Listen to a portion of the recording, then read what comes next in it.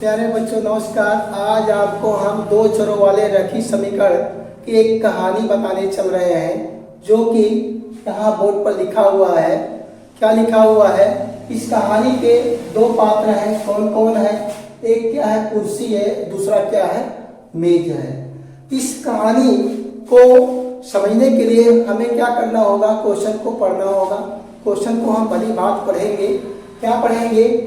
यदि 4 कुर्सियों तथा 7 मेजों का मूल्य 360 रुपया है और 6 कुर्सियों तथा 10 मेजों का मूल्य 520 रुपया है, तो एक कुर्सी तथा एक मेज का मूल्य अलग अलग ज्ञात कीजिए। यह क्वेश्चन 2024 में 6 अंक में पूछा गया है। यूपी बोर्ड में यह 6 अंक में पूछा गया क्वेश्चन है। अब इस क्वेश्चन को हल करने के लिए हमें क्या करना होगा? भाई ये दोनों लोग कह रहे हैं, एक क्या बात, इस कहानी के दो पात्र हैं। एक पात्र हमारा क्या है, कुर्सी है, और दूसरा क्या है, मेज है। ये दोनों कह रहे हैं कि भाई हमारा अलग अलग मूल्य बताइए। हम दोनों का मूल्य तो यहाँ पर दिया गया है। क्या दिया गया है? 360 रुपया दिया गया है।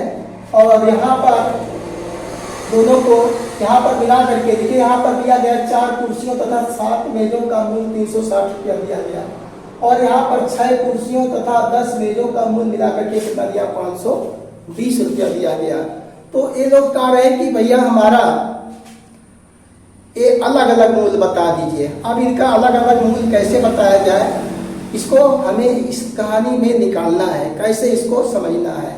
अब इस क्वेश्चन को समझने के लिए हमें क्या करना होगा कि यह क्वेश्चन जो दिया गया है, बताइए, एक 6 अंक में पूछा गया है, तो इस क्वेश्चन का तो कोई पूछने का मतलब है। यह क्वेश्चन आखिर आपको 6 अंक में पूछा गया है। क्वेश्चन तो बहुत आसान, इजी है, लेकिन यह क्वेश्चन आपसे क्या चाहता है? यह क्वेश्चन का लॉजिक क्या है? इस क्वेश्चन को पूछने का मतलब क्या है? पहले नंबर कि आपको समीकरण बनाने आता है कि नहीं आता है? क्या आपको समीकरण बनाने आता है कि नहीं आता है? इस क्वेश्चन का पहला लॉजिक है। और दूसरा लॉजिक यह है कि क्या आपको प्रतिस्थापन विधि या विलोपन विधि से क्वेश्चन समीकरण को हल करने आता है कि नहीं आता है? तो यही काम आपको करना है। इस क्वेश्चन का पूछने का मतलब यही है कि आपको समीकरण को हल करने आना चाहिए और समीकरण को बनाना आना चाहिए। व्यवहारिक रूप से यहाँ पर जैसे आपको 2 वस्तुओं के मूल्य दिए गए हैं, अलग अलग दिए गए हैं, तो उनका मूल्य हम कैसे निकाल पाएंगे? इसके लिए आपको समीकरण बनाना कैसे आएगा? क्या आप समीकरण बना सकते हैं? अगर आप समीकरण बना सकते हैं तो समीकरण को हल कर सकते हैं। अब समीकरण को हल करने के लिए आपको विलोपन विधि या प्रतिस्थापन विधि जो इसको हल करने की होती है, दोनों में से किसी एक का चयन करेंगे और उसी के आधार पर इसको हल करेंगे। अब यहाँ पर सबसे पहले हम क्या करेंगे? भाई देखिए, यहाँ पर कह रहा है, देखिए, एक कुर्सी तथा एक मेज का मूल्य अलग अलग ज्ञात करना है। तो इसे हम क्या करेंगे? इन के मूल्य को हम क्या करेंगे? मान लेंगे। क्योंकि यह क्वेश्चन आपके 2 चरों वाले रैखिक समीकरण का है, तो इसमें क्या है, 2 चर होंगे। एक चर हमारा क्या होगा? x होगा, दूसरा y होगा। तो यहाँ पर देखिए, बोर्ड में यही क्वेश्चन आपसे दूसरे रूप में पूछा जा सकता है। जैसे यहाँ पर 4 कुर्सियों का मूल्य दिया गया, 7 मेजों का मूल्य दिया गया है, तो यहाँ पर आपको ये दे सकता है कि 4 कलम का मूल्य तथा और 7 पेंसिल का मूल्य कितना रुपया है। तो 6 कुर्सियों तथा 10 यहाँ पर 6 पेन तथा 10 पेंसिल का मूल्य कितना रुपया है? 520 रुपया है। तो एक कलम तथा एक पेंसिल का मूल्य बताइए। मतलब आपको यही क्वेश्चन दूसरे पैटर्न में पूछा जा सकता है, जैसे कुर्सी और मेज के स्थान पर कलम और पेंसिल ले सकते हैं, या इन्हीं के आधार पर जो है आपका कॉपी और किताब लिया जा सकता है। तो क्वेश्चन को बदलने का, या यहाँ पर कह सकता है कि एक बैट तथा एक गेंद का मूल्य है कितना होगा। तो इस क्वेश्चन को अलग अलग प्रकार से भी पूछा जा सकता है और उसको आप कैसे हल करेंगे, वही तरीका आपको अप्रोच लगाना है कि किस प्रकार से हम समीकरण को बनाना है। कहने का मतलब यही है, इस क्वेश्चन में का सारांश यही है कि आपको समीकरण बनाने आता है कि नहीं आता है, यह क्वेश्चन यही पूछ रहा है।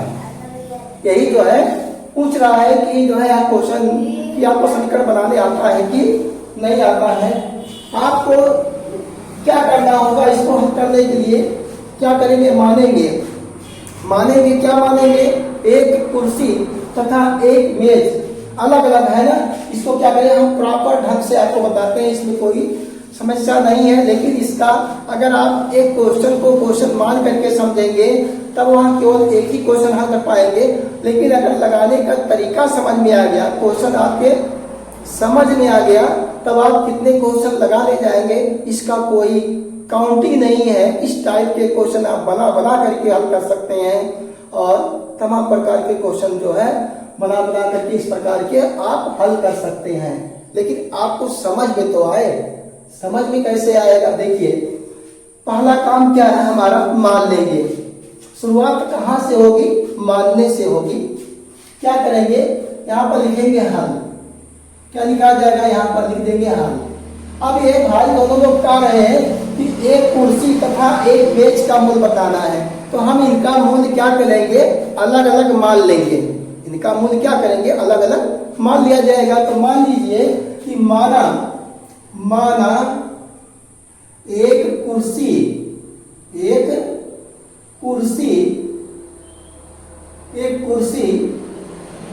का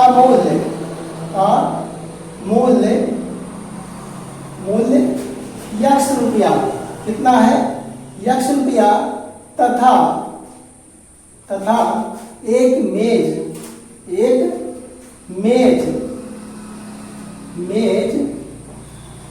का मूल्य कितना है, वाई रुपया है। हम यही करेंगे, मान लेंगे। पहला स्टेप क्या है हमारा कि मान लिया जाएगा कि ये, मान लीजिए जब ये दोनों कह रहे हैं कि भैया हमारा अलग अलग मूल्य ज्ञात कीजिए, तो हम क्या करेंगे, इनके मूल्य को मान लेंगे। इनके मूल्य को क्या करेंगे, हम मान लेंगे कि जो है भाई आपका मूल्य यक्स रुपया है और आपका मूल्य वाई रुपया है। कुर्सी वाले कहते हैं कि भैया आपका मूल्य कितना है, यक्स रुपया है, तथा मेज वाले कहते हैं भैया आपका मूल्य क्या है, वाई रुपया है। अब जिस कंडीशन से दिया गया है उसी कंडीशन के हिसाब से क्या करेंगे, हम यहाँ पर समीकरण बनाएंगे। क्वेश्चन बोर्ड में जो क्वेश्चन पूछा जाता है उसका भी लॉजिक होता है कि आपको क्वेश्चन को समीकरण बनाने आता है कि नहीं आता है, या आप समीकरण बना ले जाते हैं तो समीकरण को हल करने आता है कि नहीं आता है। आखिर आप ये चैप्टर पढ़ रहे हैं तो कुछ तो आपका विकास होना चाहिए। तो विकास कब होगा, यही जानना चाहते हैं हम। तो यहाँ पर क्या करेंगे, मान लेंगे। अब यहाँ पर इसके बाद का स्टेप क्या होगा, लिखेंगे प्रश्नानुसार। क्या लिखेंगे, प्रश्नानुसार, प्रश्न के अनुसार। प्रश्न में क्या कहा गया है उसी को हमें समझना है। देखिए अगर प्रश्न समझ में आ गया तो उसका उत्तर निकालना कोई कठिन काम नहीं है। सबसे बड़ी बात होती है कि आपको क्वेश्चन समझ में आ रहा है कि नहीं आ रहा है। अगर क्वेश्चन समझ में आ गया तो उसको आप चुटकियों में हल कर ले जाएंगे, उसमें कोई समस्या नहीं है। अब यहाँ पर देखिए यहाँ दिया गया एक कुर्सी का मूल्य कितना, 100 रुपया है। अब बताइए अगर हम एक कुर्सी का मूल्य मान रहे हैं, 100 रुपया मान रहे हैं, तो बताइए 4 कुर्सी का मूल्य क्या होगा, 4x हो जाएगा। और यहाँ पर एक मेज का मूल्य माना जा रहा है कितना, y रुपया मान रहे हैं। बताइए 7 मेज का मूल्य क्या होगा, 7y आ जाएगा। अब इन्हीं को क्या करेंगे, जोड़ देंगे। इन्हीं को क्या करेंगे, जोड़ देंगे, क्योंकि कहा रहा है 4 कुर्सियों तथा 7 मेजों का मूल्य 360 रुपये। यानी इन दोनों के मूल्यों का योग कितना है, 360 रुपया है। यही काम हमें यहाँ पर करना है। तो क्या हो जाएगा यहाँ पर 4x और प्लस क्या हो जाएगा 7y बराबर कितना हो जाएगा, ये आपका आ जाएगा 360 रुपया। 360 रुपया ये आपका बन गया समीकरण नंबर 1। एक पहला कंडीशन के हिसाब से आपका समीकरण नंबर 1 बन गया। चूंकि दो चर वाला एक ही समीकरण है तो इसमें दो कंडीशन दिए रहेंगे, उन्हीं दोनों कंडीशन से आपके दो समीकरण बनेंगे। तो दूसरा क्या कर रहा है, पुनः प्रश्नानुसार, पुनः प्रश्न के अनुसार क्या कह रहा है इसको देखिए। पुनः प्रश्न के अनुसार देखो कह रहा है 6 कुर्सियों का तथा 7 मेजों का मूल्य 520 रुपया है। अब बताइए अगर हमने एक कुर्सी का मूल्य मान लिया है 100 रुपया, तो बताइए 6 कुर्सी का मूल्य क्या होगा, बताइए क्या होगा, 6x हो जाएगा। तथा 10 मेजों का मूल्य क्या हो जाएगा, 10y हो जाएगा। और दोनों का योग कितना है आपका 520 रुपया है। यही काम यहाँ पर करना है। तो क्या हो जाएगा आपका 6x और प्लस क्या हो जाएगा 10y और बराबर कितना हो जाएगा 520, क्या मिल जाएगा 520 रुपया। ये हो गया समीकरण नंबर 2। अब इन्हीं दोनों समीकरणों को हमें हल करना है, इन्हीं दोनों समीकरणों को क्या करना है, हमें हल करना है। अब हल करने के लिए आपको या प्रतिस्थापन विधि लगाइए या विलोपन विधि लगाइए। आपको ये जानना चाहता है जो जिसने क्वेश्चन पूछा है, ये जानना चाहते हैं आपसे कि आपको विलोपन विधि आता है कि नहीं आता है, या समीकरण को हल करने आता है कि नहीं आता है। इसलिए ऐसे क्वेश्चन बनाए जाते हैं। आखिर बनाया गया ये कितने अंक का, 6 अंक का है, तो ऐसी बात नहीं है। तो क्या करेंगे आप विलोपन विधि का यूज करेंगे। तो क्या करते हैं विलोपन विधि में आप क्या करते हैं, किसी एक चर को बराबर करते हैं, चाहे वो y को बराबर करो या x को बराबर करो। तो आसान क्या होता है, इधर वाले को बराबर कर लीजिए। यहाँ क्या है आपका 7y है, यहाँ 10y दिया गया है। तो क्या करेंगे, यहाँ पर देखिए गुणा कर दीजिए, यहाँ पर गुणा कर देंगे। तो इसमें क्या करेंगे, गुणा कर दीजिए। तो अगर लिखेंगे क्या, समीकरण 1 में 10 से तथा समीकरण 2 में कितने से, समीकरण 2 में 7 से गुणा करने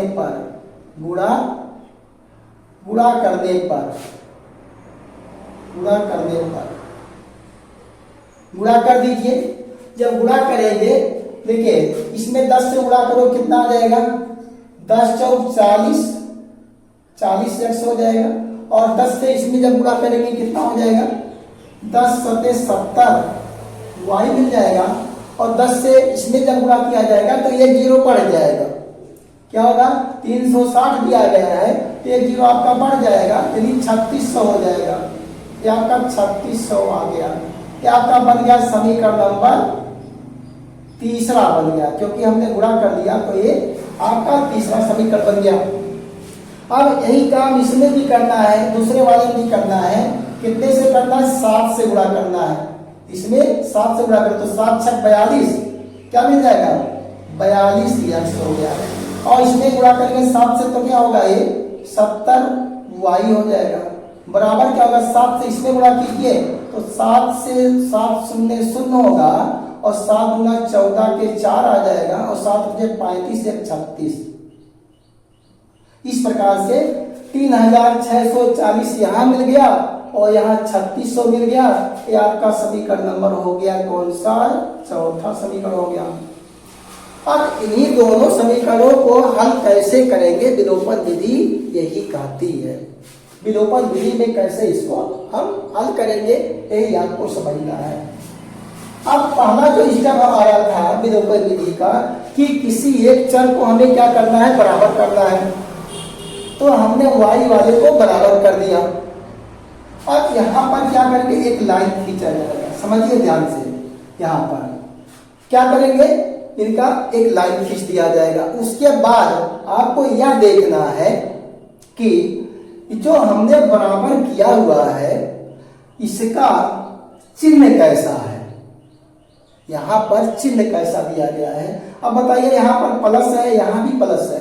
अगर दोनों जगह पर समान चिन्ह है, दोनों जगह पर क्या है, समान चिन्ह है, तब ये घटाने पर लिखेंगे, घटाने पर कटेगा।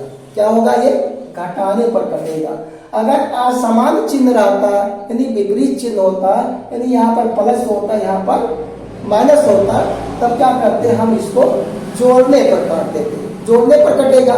जब विपरीत चिन्ह रहेगा तो जोड़ने पर कटेगा, और जब समान चिन्ह रहेगा तब ये घटाने पर कटेगा। यहाँ क्या लिखेंगे हम, घटाने पर। क्या लिखेंगे यहाँ पर, घटाने पर, घटाने पर। अब जब घटाया जाएगा तो घटाने पर क्या हो जाएगा, यहाँ पर घटाने पर ये समझिएगा कि घटाने पर चिन्ह बदल जाता है। तो जहां जहां पर प्लस होता है वहां वहां माइनस हो जाता है, और जहां जहां माइनस होता है वहां वहां प्लस हो जाता है। यही चीज आपको देखना है। अब यहाँ पर देखिए, इसके आगे हम क्या चिन्ह है बताइए। जिस संख्या के आगे कोई चिन्ह नहीं होता वहां प्लस का चिन्ह माना जाता है। इसके आगे अगर प्लस है तो यहाँ क्या लिखेंगे, माइनस। क्या लिखेंगे, माइनस लिखा जाएगा। अब इसके आगे कौन सा चिन्ह है, प्लस है, तो यहाँ क्या लिखेंगे, आगे यहाँ पर माइनस हो जाएगा, यहाँ माइनस हो जाएगा। और नीचे यहाँ पर भी क्या है, प्लस है, तो यहाँ क्या हो जाएगा, माइनस हो जाएगा। यहाँ तक तो हम जानते हैं कि आपको अच्छे तरीके से समझ में आ गया होगा, ये माइनस हो जाएगा। बाद में जो चिन्ह बदला जाता है वही चिन्ह क्या होता है, आपका मेन होता है। ये बात को याद रखिएगा, कहीं भटकिएगा नहीं। जो अब यहाँ पर बताइए, एक प्लस हो गया और एक माइनस हो गया, तो ये क्या होगा, कट जाएगा। यहाँ से क्या होगा, ये कट गया। जब ये कट गया, अब यहाँ पर देखिए विपरीत चिन्ह है। विपरीत चिन्ह क्या है, यहाँ पर 40 वाले का चिन्ह प्लस में है और इसका चिन्ह क्या है, माइनस में है। जब विपरीत चिन्ह रहेंगे तब घट जाएगा, और चिन्ह किसका लेंगे, बड़े वाला, जो अंक में बड़ा होगा उसी का हम चिन्ह लेंगे। तो यहाँ देखिए 42 है, तो 42 में से 40 घटेगा। 42 में से क्या होगा, 40 घटेगा, तो 42 में से 40 घटा देंगे, हमारा क्या आएगा, 2 आएगा।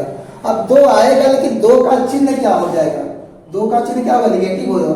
यानी क्या होगा, 42x में से 40x जब घटाएंगे तब हमारा क्या आ जाएगा, 2x आ जाएगा। तो यहाँ पर हो जाएगा माइनस, माइनस क्या हो जाएगा, यहाँ पर 2x आ जाएगा। माइनस हमारा क्या आ गया, 2x आ गया। यहाँ पर माइनस 2x आ गया। अब क्या लिखेंगे आगे, यहां से लिखिए, सही नहीं चला है, माइनस 2x आ गया। और बराबर क्या आ जाएगा, यहाँ पर इसमें से जब घटाएंगे तो आपका आ जाएगा -40। क्या आ जाएगा, -40 आ जाएगा। तो हमें क्या करना है, यक्स का मान निकालना है। हमें क्या करना है, यक्स का मान निकालना है। तो यक्स का मान निकालने के लिए हमें क्या करना होगा, ये स्पष्ट नहीं है थोड़ा सा, तो यहाँ पर और बढ़िया से कर देते हैं। आपका ये आपका माइनस आ जाएगा, यहाँ पर यहाँ माइनस हो गया। अब चटकार हो गया है, आपको स्पष्ट दिखाई देगा। अब यहां से क्या करेंगे, यक्स का मान निकालने के, यहां से क्या होगा, यक्स बराबर हो जाएगा -40 और बटे में क्या हो जाएगा, -2। इस प्रकार से हो जाएगा, लिख देंगे क्या, 40 बटे में आ जाएगा, यहाँ पर इस प्रकार से हो जाएगा। अब यहाँ से क्या होगा, कटेगा, ये माइनस तो यहाँ से और माइनस यहाँ से कट गया। 2 से इसे काट दिया, 2 कर दिया 2, और ये 2 दूना 4 यानी 20 आ गया। यानी यक्स बराबर कितना आ गया, 20 आ गया। यक्स बराबर कितना आ गया हमारा, 20 आ गया। अब जो कह रहे थे भैया कुर्सी, तो कुर्सी का मूल्य कितना आ गया, 20 रुपया आ गया। ये यहाँ पर नीचे नहीं दिखाई दे रहा है, इसको हम यहाँ लिखेंगे, यहाँ नीचे नहीं दिखाई दे रहा, तो यहाँ पर लिखेंगे इधर। तो यक्स बराबर हमारा कितना मिल जाएगा, 20 रुपया आ गया। यक्स बराबर कितना आ गया हमारा, 20 आ गया। तो 20 आ गया। अब यहाँ पर हम क्या करेंगे, यक्स का मान समीकरण नंबर 1 में रख दीजिए। यक्स का मान समीकरण 1 में रखने पर 1 में रख दीजिए। तो यहाँ पर क्या हो जाएगा, 4 गुणे 20 और प्लस हो जाएगा 7y बराबर कितना होगा, 360। इस प्रकार से हमारा आ जाएगा। अब 20 चौक 80 हो जाएगा, यहाँ पर लिखेंगे 80 और प्लस क्या होगा 7y बराबर क्या होगा 360। ये हमारा आ गया। अब हमें निकालना y का मान निकालना है, तो y वाले को इधर डाल देंगे, इसको ले जाएंगे इधर, तो हो जाएगा 360 और माइनस में क्या होगा 80 आ जाएगा। अब घटा दीजिए, तो यहाँ से 0 में से 0 गया तो 0 आया, और यहाँ पर 6 में से 8 नहीं जाएगा, तो यहाँ से होगा 16, 16 में से 8 गया, यहाँ 8 आ गया। यहाँ चूंकि उधार दे चुका था, यहाँ आ गया 2, तो यहाँ से y का मतलब निकालेंगे 280 और बटे में क्या हो जाएगा 7, 7 से काट दीजिए, 7 चौक 28, 40 रुपया, यानी y बराबर कितना आ गया 40 रुपया आ गया। तो y का मान हमारा मिल गया कितना 40 रुपया मिल गया। यानी आपका उत्तर क्या आ जाएगा, यानी एक कुर्सी क्या लिखेंगे आंसर में क्या हो जाएगा, आंसर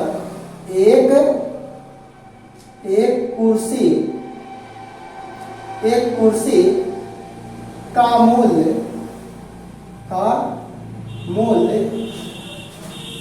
कितना आएगा 40, कितना है यहाँ पर एक कुर्सी का मूल्य कितना है 20 रुपया, कितना आ जाएगा 20 रुपया आ जाएगा एक कुर्सी का मूल्य। तथा एक मेज क्या लिखेंगे मेज का मूल्य कितना आ जाएगा आपका 40 रुपया आ जाएगा। यही आपका क्या होगा आंसर हो जाएगा। अब अगर आप चाहें तो इसको चेक भी कर सकते हैं कि आपके कुर्सी और मेज का मूल्य सही आया है कि नहीं सही आया है, इसे आप अच्छी तरीके से जान सकते हैं। कैसे जानेंगे, इसको भी तरीका है। यहाँ पर देखिए हम बता देते हैं, इसको चेक करने के लिए कैसे आप चेक करेंगे कि आपका उत्तर सही आया है कि गलत आया है, यहाँ पर हम बता देते हैं आपको। अब देखिए हमारा देखिए आपका कितना है, यहाँ पर इसमें रख दीजिए सेटिस्फाई। अगर आपका इक्वेशन सेटिस्फाई हो रहा है तब आपका उत्तर सही माना जाएगा। तो यहाँ देखिए x का मान कितना हमारा आया है, यहाँ देखो 4, यहाँ से देख लीजिए इस साइड में, यहाँ से 4 गुणे कितना 4 गुणे 20, x का मान हमारा 20 आया है, तो 4 गुणे 20 और प्लस क्या हो जाएगा 7 गुणे y का मान कितना हमारा आया है 40 आया है, y का मान 40 आया है। अब यहाँ बताइए 40 बराबर कितना 360।